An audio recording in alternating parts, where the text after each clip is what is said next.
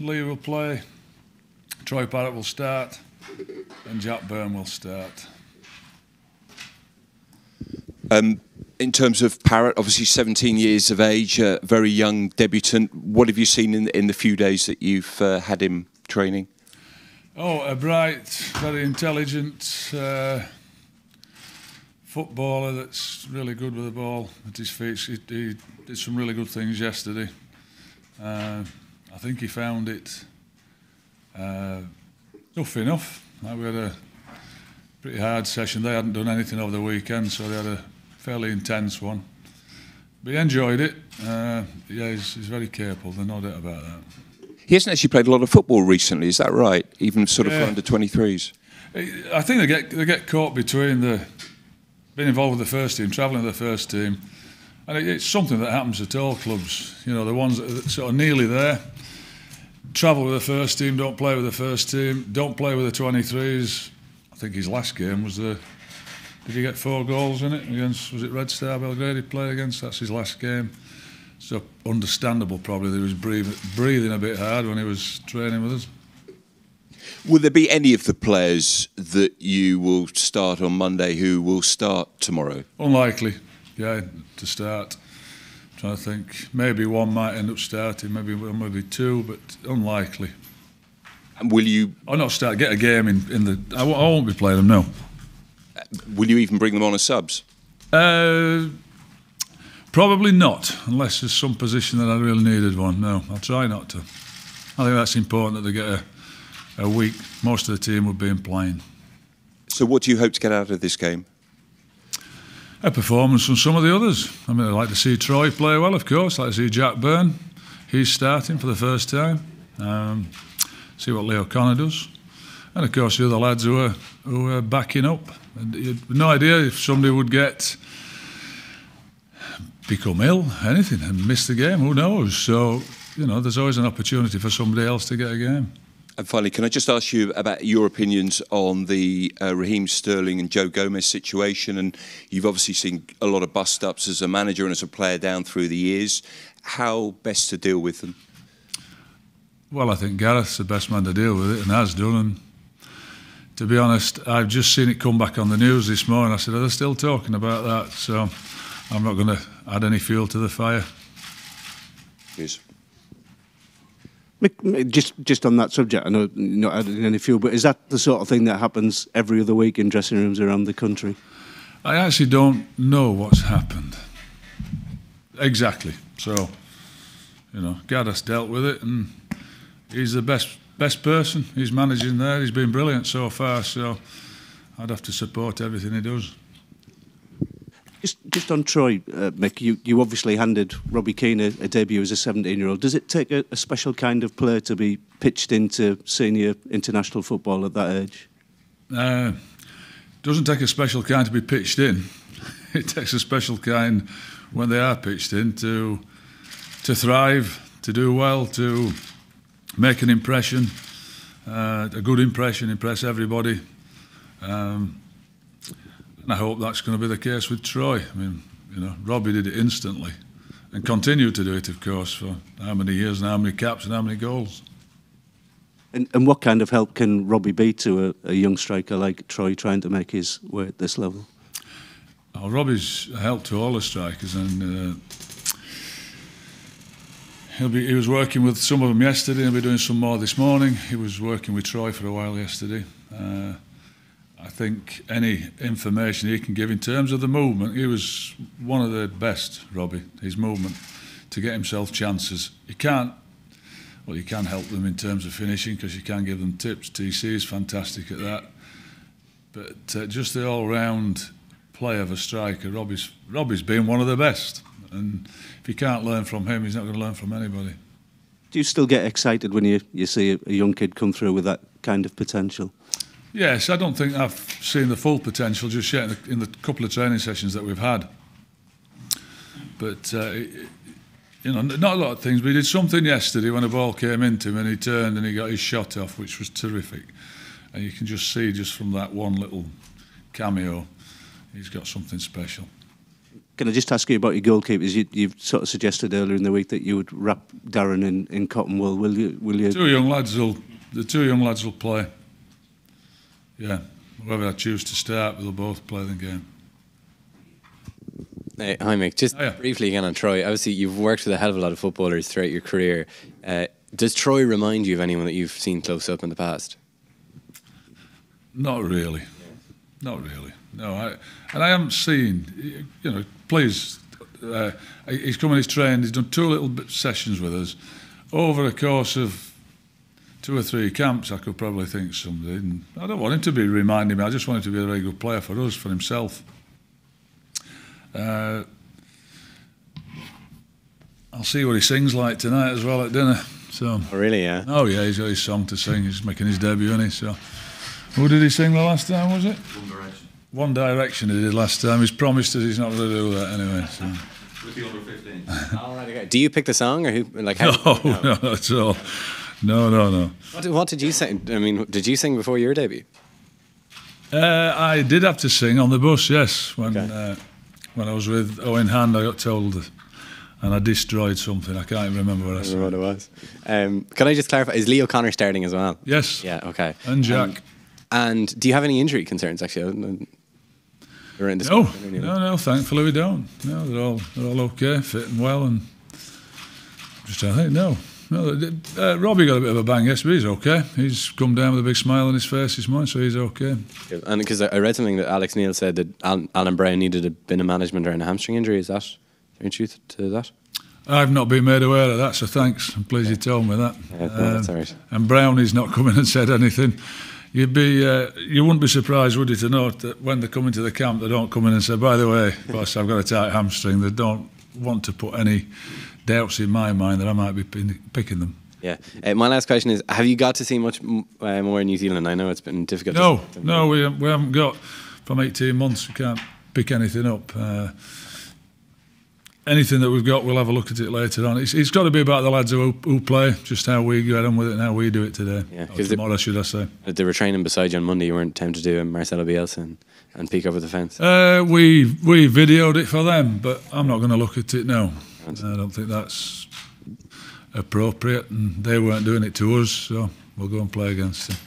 Maybe if it was to qualify, I might have a little look at it. Thanks very much. Mick, can I just ask, say if Troy Parrott scores 2 goals against New Zealand, there is going to be the obvious clamour for him to be included in some form against Denmark. How do you deal with that kind of media furore over him and the excitement over him if that was to happen? I hope he scores 2 goals, and then I'll deal with it.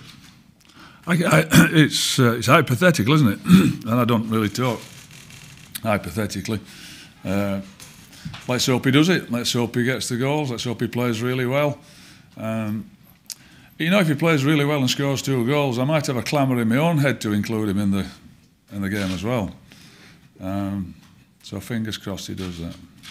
And what's Robbie Brady done in training over the last while, that's impressed you? Obviously, he's back in the fold now, and he's been a key player for the Republic over the last number of years. Robbie's impressed me as a player over his career, and come on, he played in my first games when I came. He started in them, so quite clearly I thought a lot about him. The fact that he hadn't had much football was against him. He'd been injured. And he's not had that much now, but he did start in one of the games, and if he's fit to start for Dyche's team with Burnley, then he's in a much better shape. And he looks it. He's trained really well. How difficult is it to concentrate in this game with such a massive game on Monday coming up? I've just tried to put the Denmark game on the back burner, really, because I think it's unfair to the players who are going to play in this game to be concentrating on Denmark. And we have played them. They're not going to change. Their team will be pretty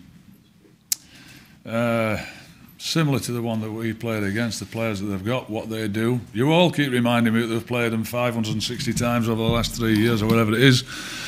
So the lads know them. I just think it's disrespectful to the lads who are going to play in the New Zealand game if I start talking about the Denmark game. So let's deal with this first, and then we can crack on and deal with the Denmark game. Mick, Ireland have obviously got other priorities with Monday, such a big game, but this is a massive game for New Zealand against a big team, haven't played for 18 months. Yeah. What are you expecting from New Zealand in this game? Well, exactly that. That if you just said it's a massive game for them, and it'll be players who, if they haven't played for 18 months, they'll all want to put themselves in front of Danny and make him that he wants to pick them. He wants to be in the next games whenever they are. Their qualifiers start. They all want to play international football, and when they do, I haven't seen anybody that doesn't want to play well and not win the game. And as you just said, it's a big game for them, and if they can get a good result, they'll be thrilled with it. And you obviously watch a lot of Burnley, given there's so many Irish players. What have been your observations about Chris Wood and his development over the last couple of seasons? I had Chris Wood on loan when I was at Ipswich, so I know Chris pretty well. I think he's become a much better player. He's certainly become leaner, meaner and fitter, and since he's been in the Premier League. But wherever he's been a handful. Scores goals, he can hold it up. He's a real. He makes it a real contest for centre halves, that's for sure. And I just think he's become better. I think it's been a really good move for him going to Burnley. Are you surprised at his development? Because at Ipswich he struggled in a way to sort of make his mark there. Well, he didn't. He was on loan, and I think he'd been injured prior to that. And when he came, he wasn't at his fittest. He was just getting there. We went and played at Wolves, and he had a really good game there. And then he was at Leicester. I think they took him back. So we'd sort of just got him to. He looked really getting fitter, looking better at it. They took him back. I'm not surprised his development at all, because he's a really good footballer, and he's a real eye for goal. There's no doubt about that. And he scored another one. He scored a great goal Saturday, great header, and that was disallowed. But that's him. His all-round play is good, but he's a good finisher. Great lad as well, he was.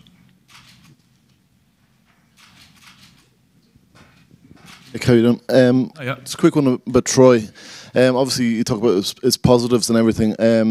Just in terms of throwing him in for his international first start, do you have to have a word with him in terms of there's no pressure for tomorrow's game, that this won't define his, unlikely to define his international career? Yes.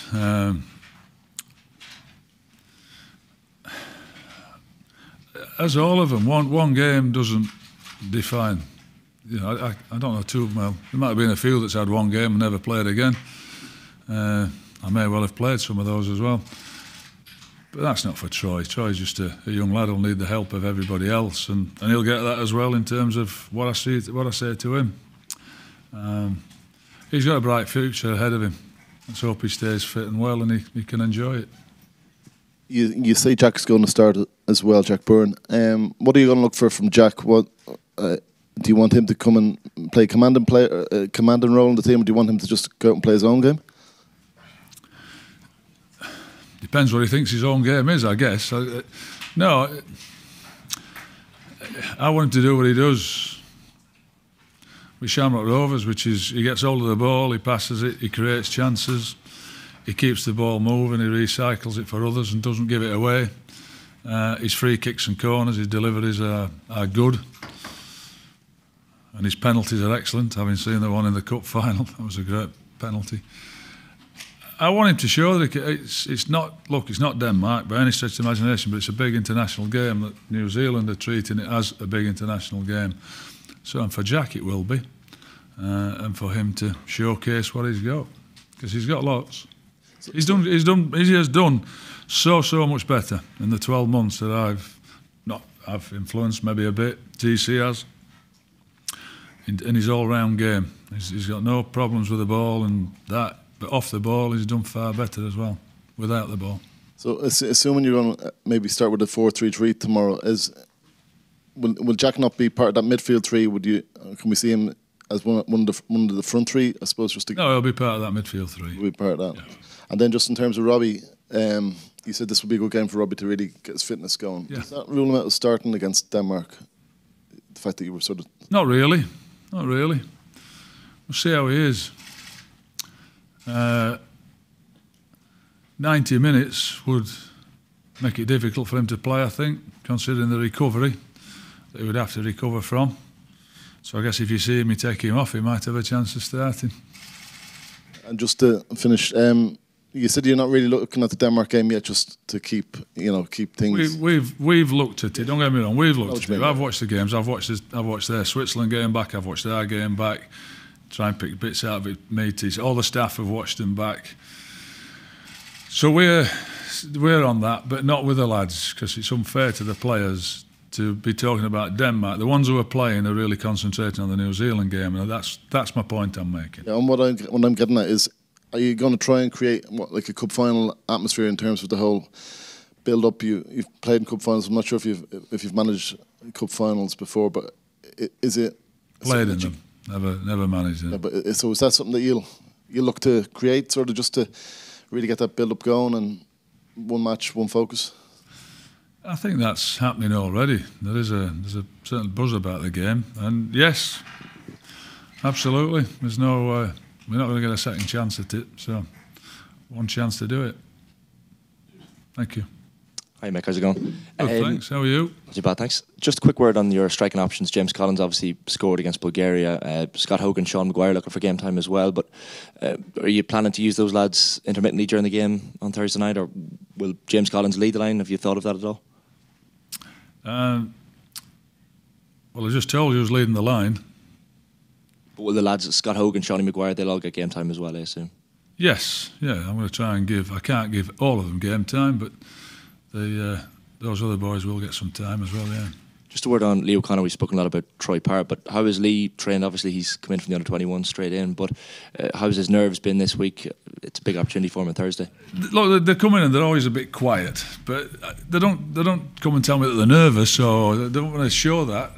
You can tell when you're talking to them and how they are around the lads, but the other lads are great in terms of interacting with them and making sure that they settle in well.